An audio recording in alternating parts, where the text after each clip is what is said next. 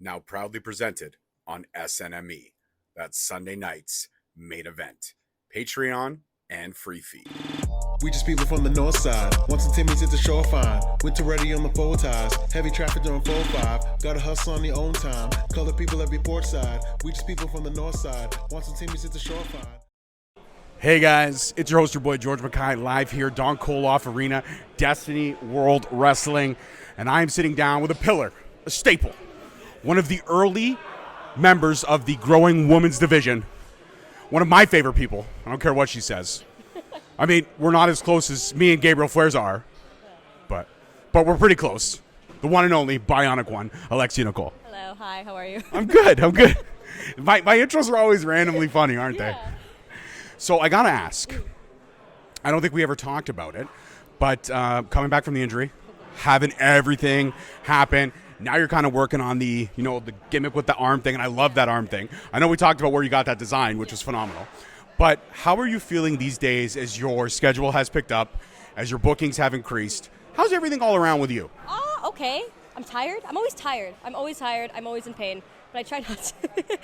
it's honest. Not to complain. Not to complain. It's just the truth. Like, I work full time. I wrestle full time. I've got very little me time. So like, I maybe like an hour a night, if lucky. So like, it's not a lot of time to like rest or recuperate. So when I do have like a day off on a weekend, I don't get out of bed. I was going to say that. You just stay in bed. I stay in bed, yeah. You only get out of bed for like the essentials, like God, to yeah, go to the bathroom, food. water, that's it. Yeah. Right back in bed. Oh, yeah. Oh, God, yeah. And binging, what are you binging these days? Binging? What am I binging these days? I'm not much of a binger. I'm more of a game player. Okay, what are you playing these days? Disney Dreamlight Valley. I fucking knew it was going to be. I had a feeling, guys, and I called it. I knew it, and I was right on the money. It was either going to be that game or something to do with Pokemon. Scary how well I know you. Yeah, there's no Pokemon game out right now. So no, there's no. Well, you beat them all, right? Yeah, of course I did. Again, I'm not surprising, guys. Like I said, I don't get out of bed when I have time off.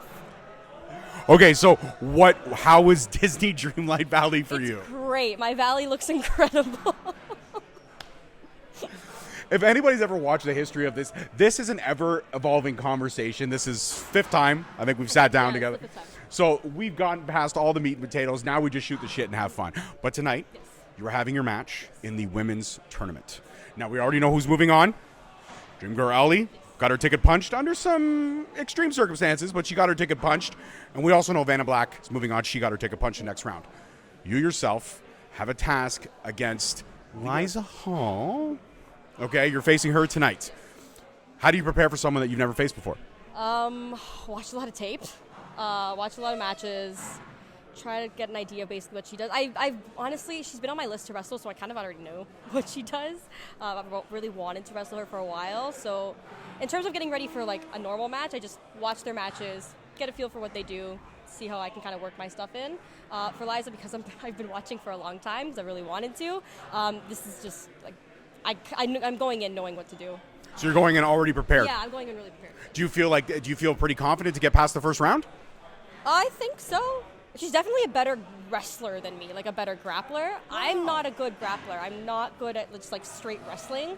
But a lot of wrestlers wouldn't admit that. Yeah, no, I'm not good at it. She's gonna if that's how we're going toe to toe, like she will 100% get the better of me. But I have more other strengths that I can use to that. Like I do think I am physically stronger.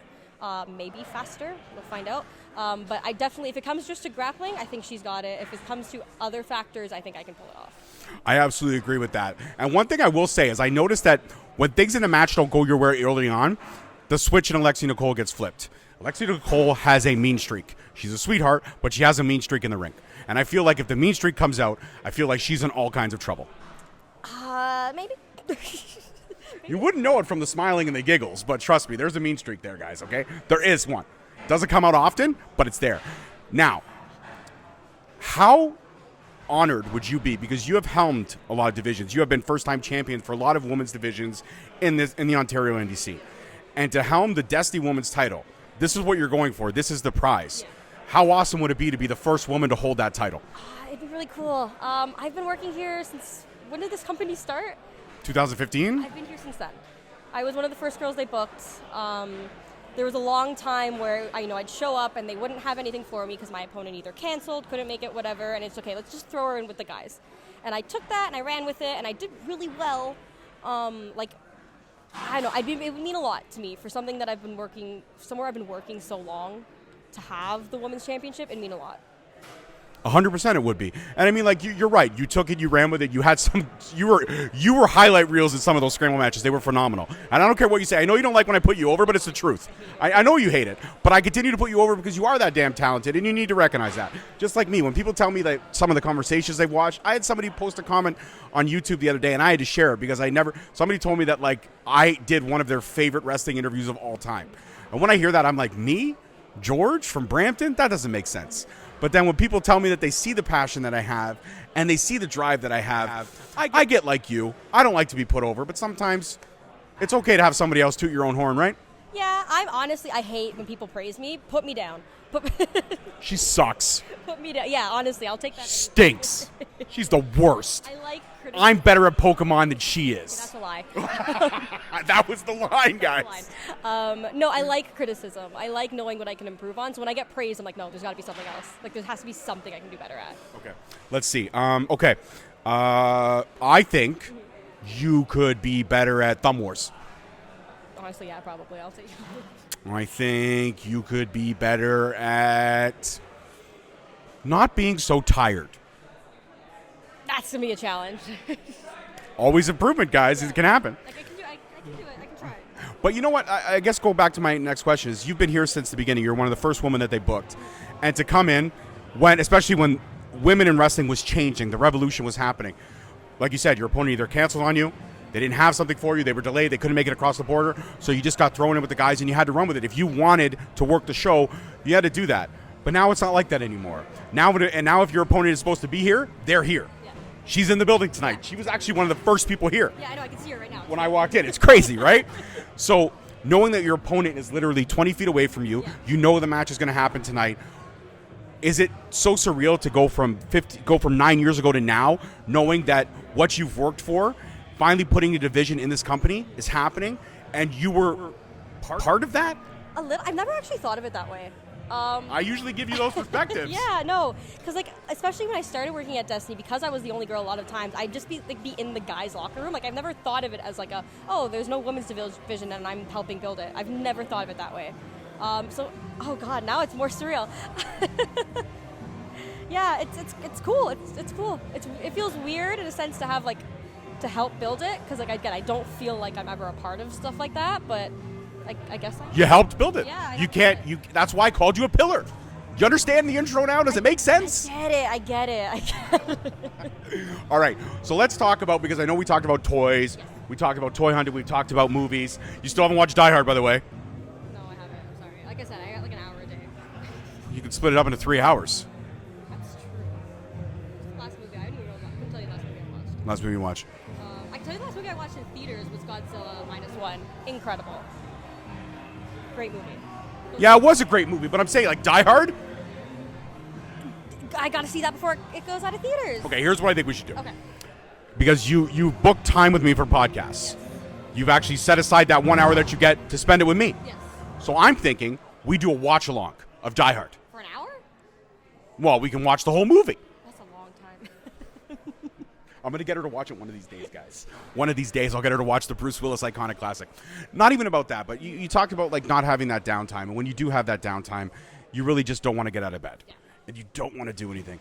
And does life fly by for you now, knowing that you don't really have time off? And when you do have the rare day off on the weekend, you literally just spend the whole day lounging around, which you rightfully deserved? Not really. I used to think it did. And then, especially during COVID, because like you're sitting at home doing nothing the whole time. I try to at least like once a month do something with a day off. Like, especially when I went to the UK, I made a big point of like, okay, yes, I'm here to wrestle. Yes, I'm here to train. But like, I want to soak up that culture. Yeah, yes. Like I want to see some castles. So I try, like, same thing here. Like, I'll try, like, once a month, let's go do something. Let's go to, like, a museum. Let's go do, it's like, kind of like convention or something. Literally something to do.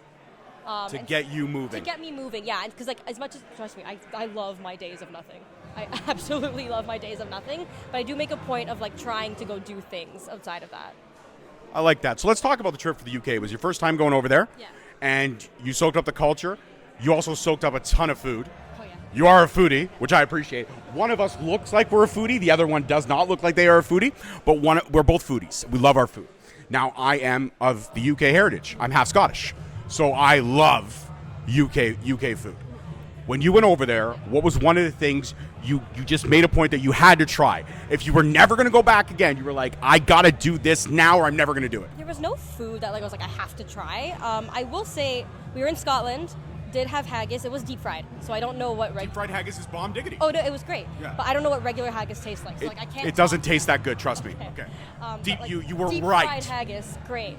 Scotland also had the best Italian food I've ever had. There's a specific restaurant called Celino's.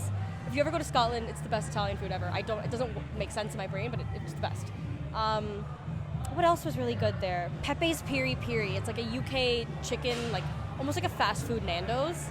Nando's, by the way, very mid in the UK. Everyone made a point of like Mid-card. UK Nando's. It tastes exactly the same. So it's not high profile. Not high profile. We made a point to go. That was one thing we made a point to go do, is go get Nando's, and it was just like, whatever. Pepe's Piri Piri, though, fantastic. I love that. And I love that the best Italian food you've ever had was in Scotland. Yeah, I haven't been to Italy yet. Let me point that out. I've never been to Italy. Okay, so we don't know that. We don't know. But the best Italian food you've had up till this point in your life Yes. is from Scotland. Yes. Okay, that's cool. What about like soaking up the culture? Was there a particular castle that you wanted to hit, or a particular excursion that you wanted to see? Cardiff Castle was like the top of my list, especially because we were staying in Cardiff for a week. Of course. So Cardiff Castle was definitely number one. Got to hit it great. Went to Edinburgh Castle as well, super cool. The one thing I wanted to do, which we didn't get the time to do, was because we're in Scotland, I wanted to see Highland cows. Didn't get the chance, but I'm hoping next time I can go pet one. For me, because my family heritage, actually on my honeymoon, because I was fear of flying when I got married years ago. I've since gotten over it.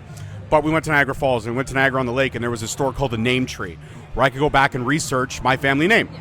I found out that one of my ancestors is actually in the movie Braveheart, and he was one of William Wallace's like tight buddies, and he was at the Battle of Bannockburn. So for me to go there, and that's one place I've never been to Scotland, but it's on my bucket list before I die.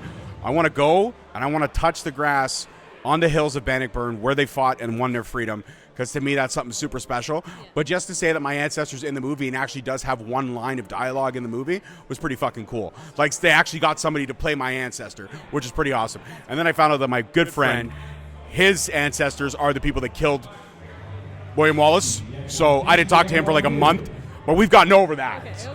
But I didn't talk to him for like a month. Like, you fucking ruined Scotland's life, jackass. Oh, I also went to Stonehenge.